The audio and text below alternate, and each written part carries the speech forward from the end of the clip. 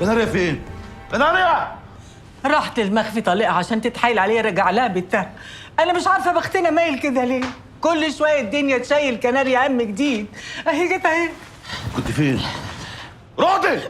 كنت عند هاشم. عند هاشم؟ بدماغك كده مفيش راجل في حياتك؟ كنت عاوز تعمل ايه يعني؟ اسيب بنتي مع راجل زي ده ما يعرفش ربنا؟ ما كلمتنيش في التليفون ليه؟ كلمتك وما ردتش.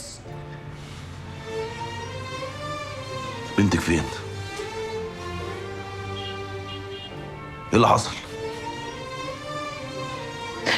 خيرني بين اغلى حاجتين عندي في الدنيا،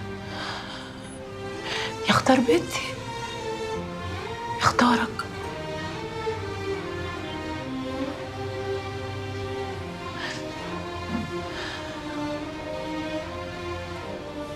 اخترت ايه؟ ما فيهاش تفكير يا فهد. انت تقدر تعيش من غيري، لكن انا ما اقدرش اعيش من غير بنتي.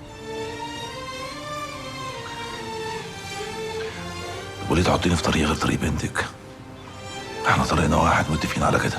مش هينفع، طريقك كله خسائر، وانا مش حمل خساره كبيره زي دي. انا هعمل اي حاجه عشان اخد بنتي تاني في حضني، وبعد كده بقى هج من وشه.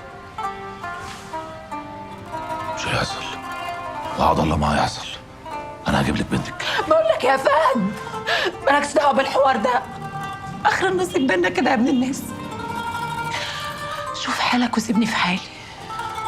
انا مش بنت بار مديله، ده انا خارج بيت،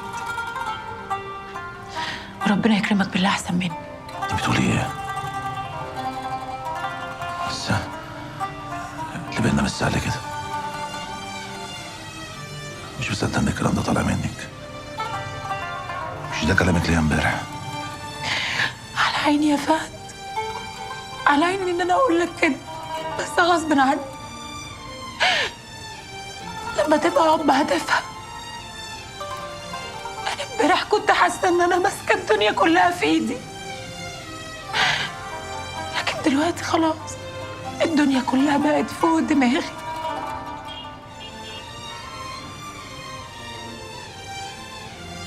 ده اخر قولك؟ مفيش كلام تاني يتقال.